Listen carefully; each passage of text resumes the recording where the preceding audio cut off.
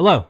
It is time for UFC Fight Night. Khalil Rountree versus Jamahal. Might not be in that order, but you get what I mean. The first fight of the night, we have Hamdi Abdelwahab versus Muhammad Usman. First, I started watching this one through Usman. I just saw his physique and I was like, damn, that guy's built as hell. He's gonna fucking cause some damage. But no, not really. This guy is kind of sloppy. He's nice. He has a great chance standing, definitely on his feet. He could get that KO. But I'm going to go with Hamdi to be just more well-rounded everywhere.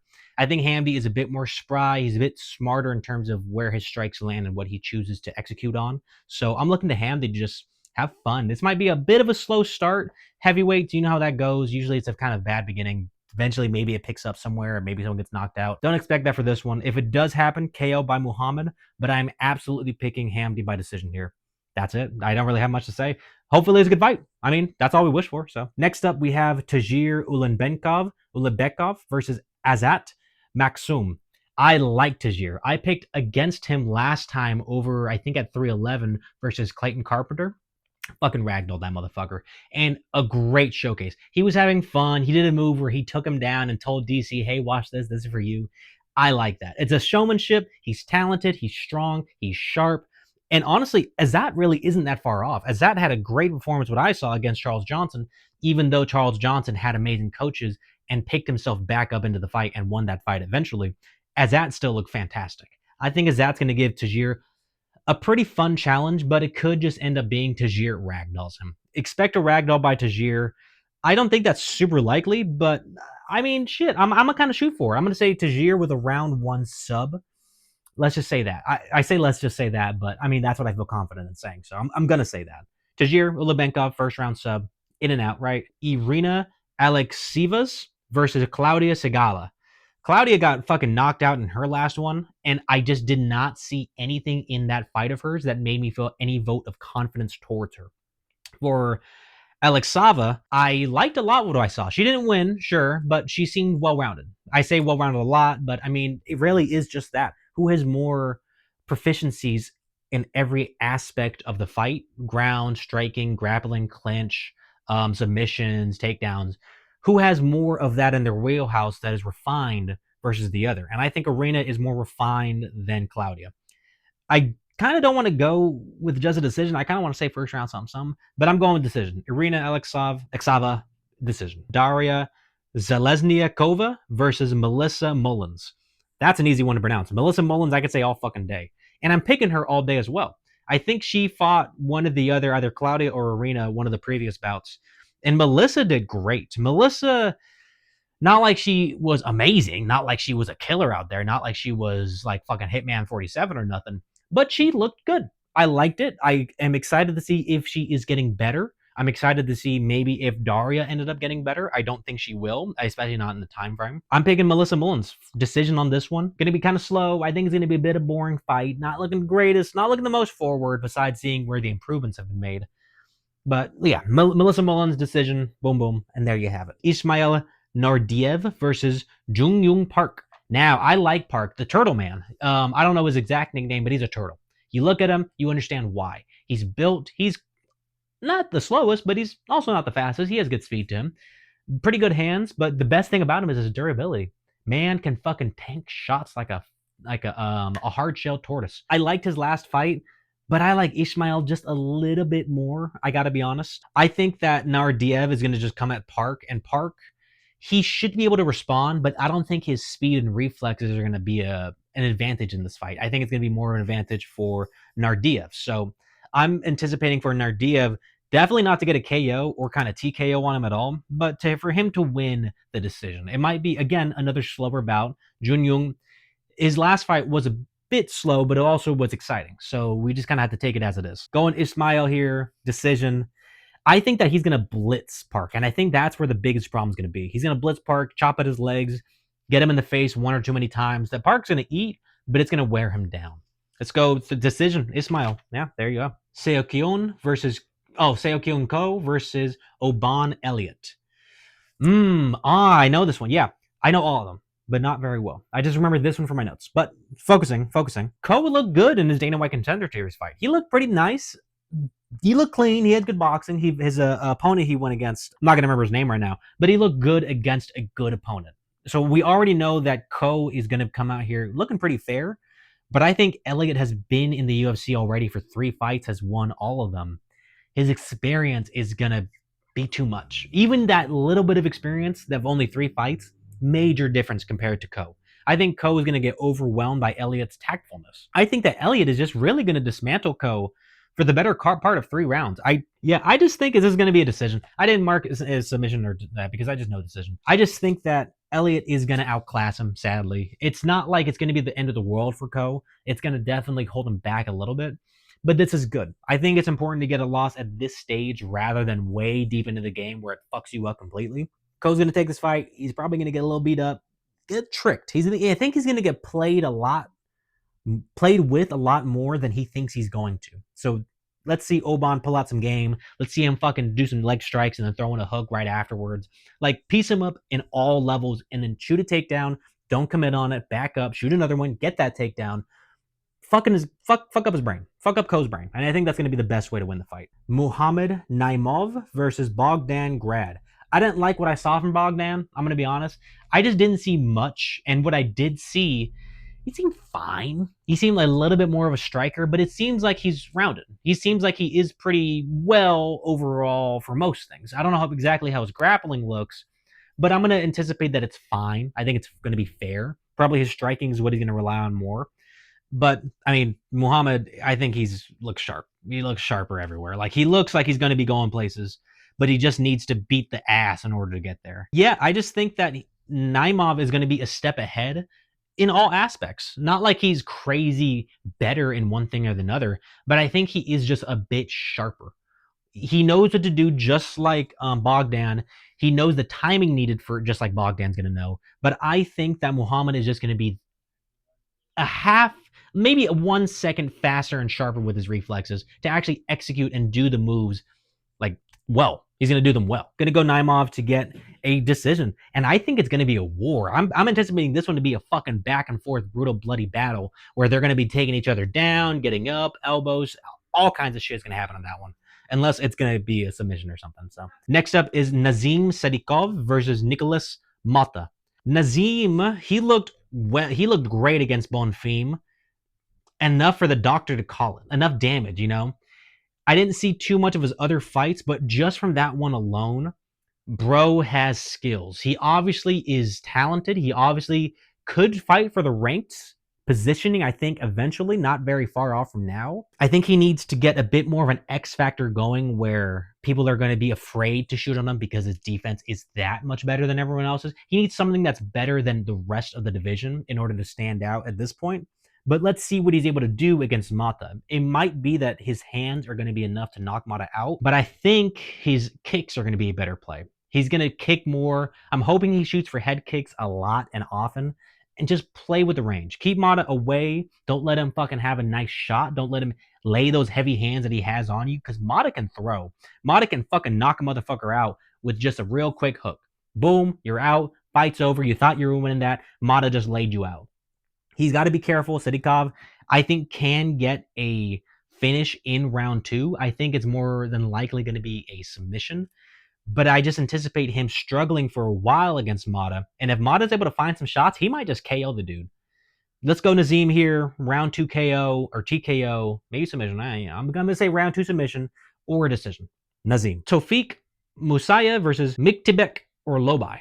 I took a couple takes for that one. A bit surprised that Orolbai did not win his last fight because I thought it was so close that it could have gone either way. I think I actually thought that Orolbai won that fight. I think he's gonna win this one.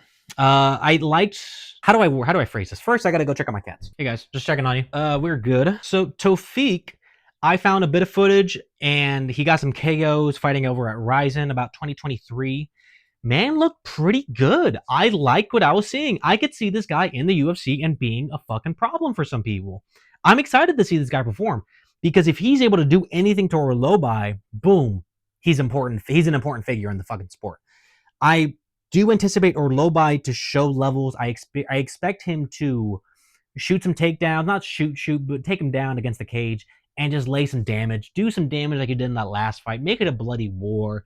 And you're going to fucking filter out a great number of opponents because ain't nobody fucking standing up. Nobody's going to keep up with that kind of pressure, pace, and damage. No one wants to get hurt that bad like he got hurt in the last fight. He's going to do all that to Tafik. Hopefully Tafik shows some levels and shows some exciting skills that make him stand out, because I just think he has talent, but he needs to prove that in the UFC.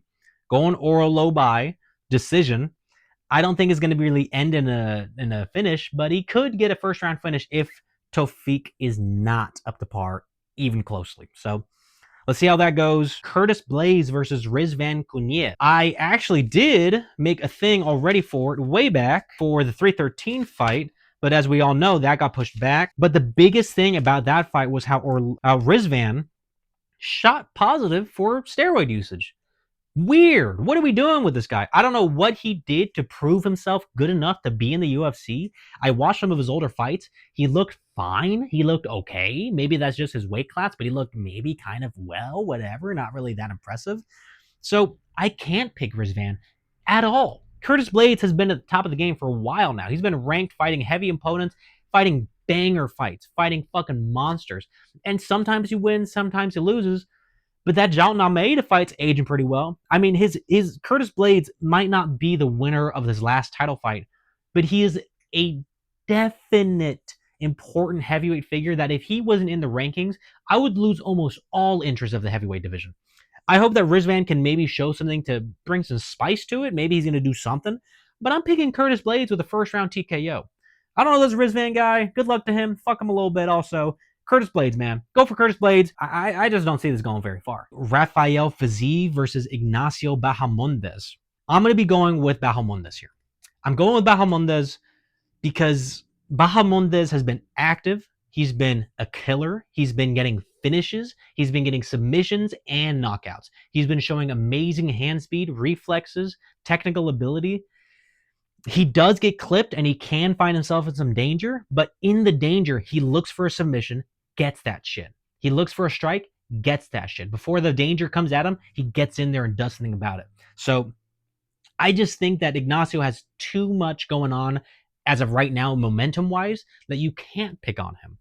Rafael Fiziev came off of a nice fight with Justin Gaethje, a very competitive one, and he looked good. Don't get me wrong. Obviously, he looked good.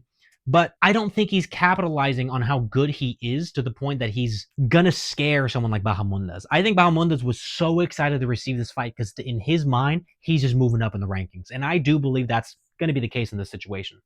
Fiziev is going to be really looking to make it a dogfight, but if he allows Bahamondes to make the range, it's over. He's just going to get pieced up most of the night. And if he's taken down, Ignacio's going to have an answer on the ground. I think maybe Fiziev can muscle his way around Ignacio in the round, but Ignacio's going to do something. He's lengthy. He's going to be hard to slither away from. And I don't think Fiziev's going to be even looking to slither away.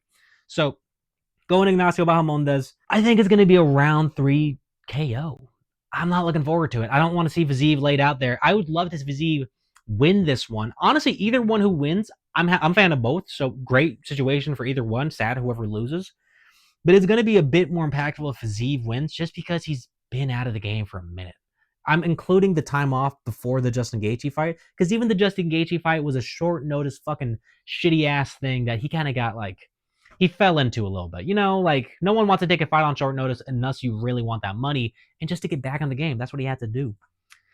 Regardless, let's just stay on topic. Ignacio Bahamondes, round 3 KO. Last fight of the night, main fight, we have Jamahal versus Khalil Rountree Jr.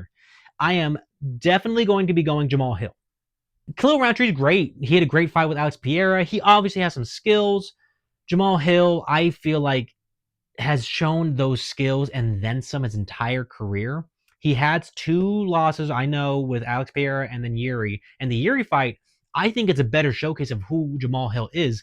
He almost had Yuri throughout the entire fight until the 3rd round where Yuri just activated that fucking spirit energy and just walked into that. He was gliding. He entered the zone in that moment. But I don't think it takes away from Jamahal. We all sang praises after that fight because Jamahal was a dog. He ate monster shots. He got dropped a couple of times, worked his way back up fast as he can, and he wanted to engage in a striking fight. That's where I feel he makes his biggest mistakes always. He has a great set of tools to use, but he only wants to use the hammer.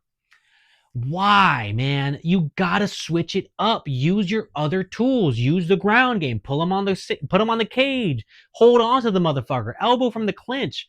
Khalil Rountree is gonna be doing Muay Thai. If he finds the clinch work, he's gonna fucking do his game himself. If you want it to be a stand-up fight, you're gonna find the hardest fight. Even then, I do anticipate for Jamahal Hill to be ever so slightly skilled that he will edge out that victory for sure. It's weird. It feels like he's only a couple steps ahead of Khalil, but that's a couple steps in a game where inches matter. I think Khalil's going to have great moments. He's going to show heart. He's not going to want to go out. He's going to try to go out on the shield again. But Jamahal Hill needs this victory. He's going to be going into that octagon looking for murder, looking for just a win. That's what I mean. Just anything and everything he needs to do it for this fight to get that fucking victory. Show everyone what you're talking about when you say that Khalil isn't on your level. Prove that. This is like the first time I'm betting on Jamahal Hill ever. Again, I just started watching UFC later. My first Jamahal Hill fight was Alex Pereira, and I was anticipating Alex to win, but for Jamahal Hill to actually put up a fucking Duke fight.